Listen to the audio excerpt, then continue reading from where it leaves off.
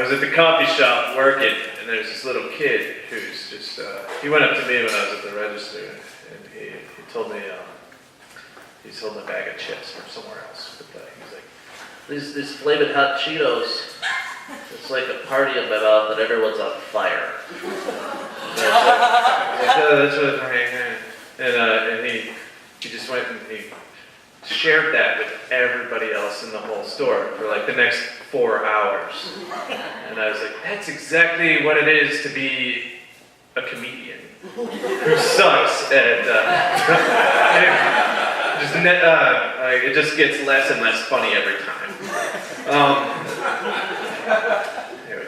But this next one's a collaborative joke. It's my friends and I like to draw a lot. I spend every day drawing little stand-up cartoon people, and me and a couple of my friends, we've come up with this little character called Open Michael. He's like the open mic guy who just sucks at his, I just lost a limbo competition on account of my boner.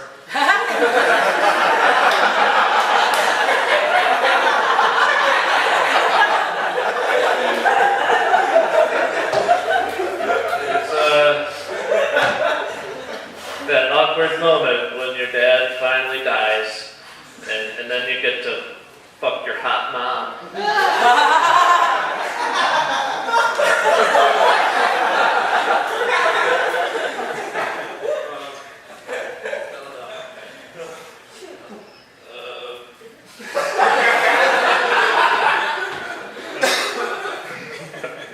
So I take little notes when I'm at work, and I write little notes down on Post-it notes, and I wrote something down, and it kind of got lost after a couple months, and I found it on the floor, and it was, the thing that I wrote was about how it's the worst thing about deja vu is recognizing that you're trapped in the wrong reality.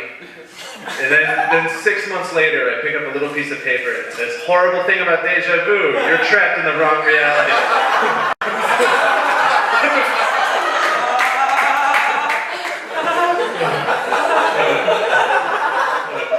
But my reality is really fine right now. I'm graduating college on Saturday. I finally graduated. But I've had a very, I'm 33, but I've had some times where it's not been a very good reality. Where I was a cab driver for a bunch of years, and I was in the Army for a while. Like, I joined in June of 2001. And then basic training at the very end.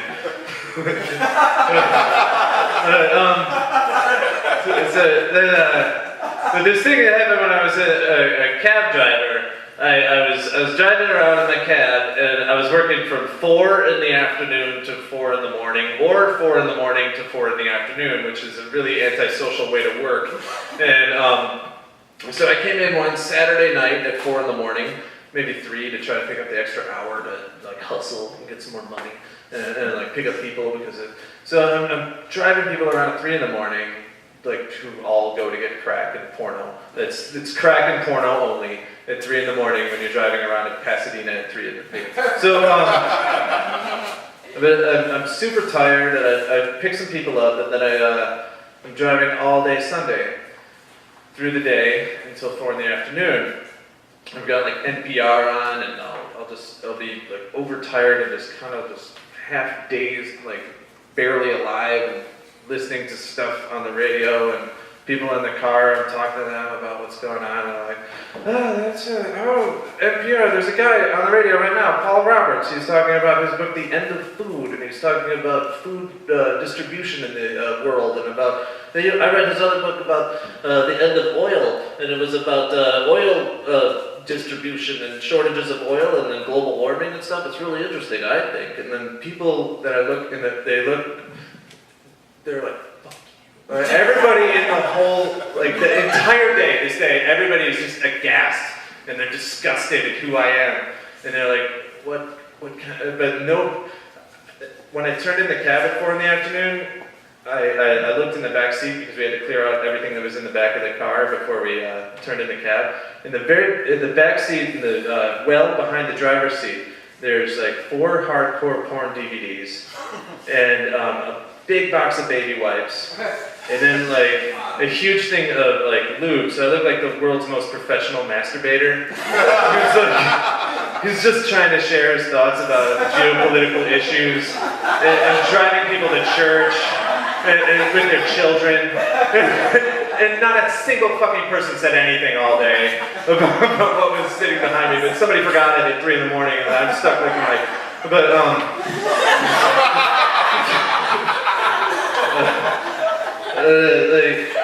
I did this, I had this joke where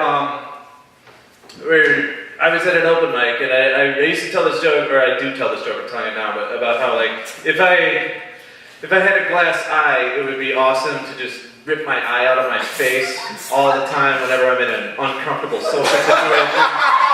Whenever I just don't want to be like, a part of what's going on. I'm on a plane, or somebody who's trying to talk to me and I hate them. I'm like, there's this girl who was in the audience, and she was like, oh, too personal. And she said that was too personal. And there's absolutely nothing personal about that. But I will tell you a personal story though. It's like Greg, my boyfriend and I, Greg, who was up here earlier. Did you guys like Greg Deal? Yeah! My boyfriend is awesome. We have a lot of fun together. We've been together 6 years, and we go on a lot of road trips together. And do you guys know who Alan Turing is? Yeah. Alan Turing was he's a British cryptanalyst and pioneer in artificial intelligence, and he, through his code-breaking skills, like saved more lives than any single individual in the entire Allied war effort in Europe during World War II. So he's an important person, and the first computers were called Turing machines. That's how important he is. But he was gay. And when he was gay in 1945, that was kind of frowned upon and people hated it. And then in 1951, he was going to pick up some gay sex, and he didn't realize that it was somebody who was an undercover spy he was arrested for trying to solicit gayness. And then he was sent to a sanitarium and injected with hormones and chemically castrated, and then they delivered like shock treatment to him, which made him basically retarded. And then he was released from the hospital, and he committed suicide. And that was in 1951. And then Greg and I, we were on a road trip, and we went to a Sizzler this one time.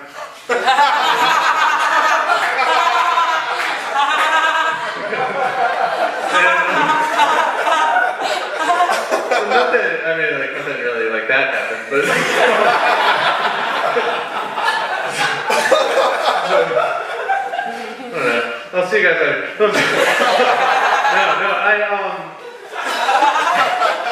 It was a weird Sizzler. It was a weird thing. I will end with this.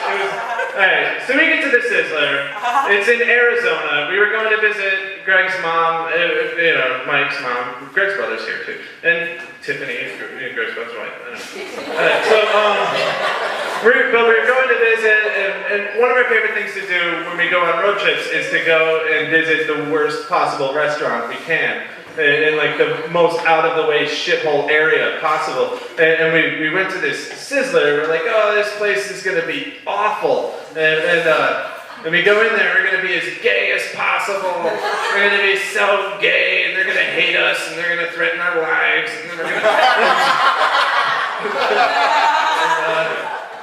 But we get in there, and we do that, and we're not getting that much of a reaction, so we're like trying to amp it up. And we went to the salad bar, and we were building these giant salad pyramids. And we're like bumping each other with our hips, and nobody's giving a goddamn thing. It was still fun, but like I went into the bathroom, and there's this bunch of people doing cocaine in the bathroom. And I was like, ugh, that's really like gross. I just think cocaine is just an ugly, dumb drug. But I was like, I don't want to do your cocaine. And then I come out of the bathroom, and there's this really, this overstuffed guy just a huge guy. He's wearing a big shirt, but his belly is hanging underneath the top, and he had shorts on, and he had like socks, but that had like his wallet and his keys and his cigarettes and his lighter, and he's just trudging around the place. And Greg and I had made fun of him earlier, before I went to the bathroom. I get out of the bathroom, the guy's got his hands in our giant salads, and he's spitting in Greg's face. And he's like, because Greg had lit up a cigarette. And he's like, no smoking. And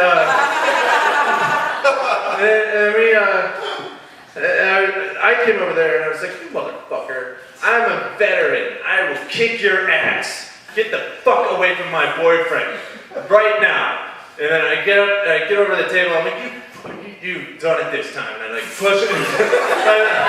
So then I pick up Greg. And I pick up Greg in my arms. And then I carry him out the door. And I haven't smoked in like 3 years. I haven't smoked a cigarette, but at this point, I was like, "Oh, Greg, let me have a cigarette."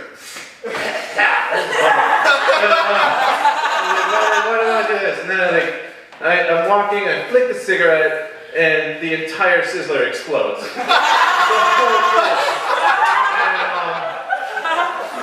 And everybody in there dies. And then there's this kid who's in the parking lot who's like sitting there with a skateboard, just like on the ground. And I woke up and he's like, "Hey man, that was the coolest thing I have ever seen in my life." I was like, "Good."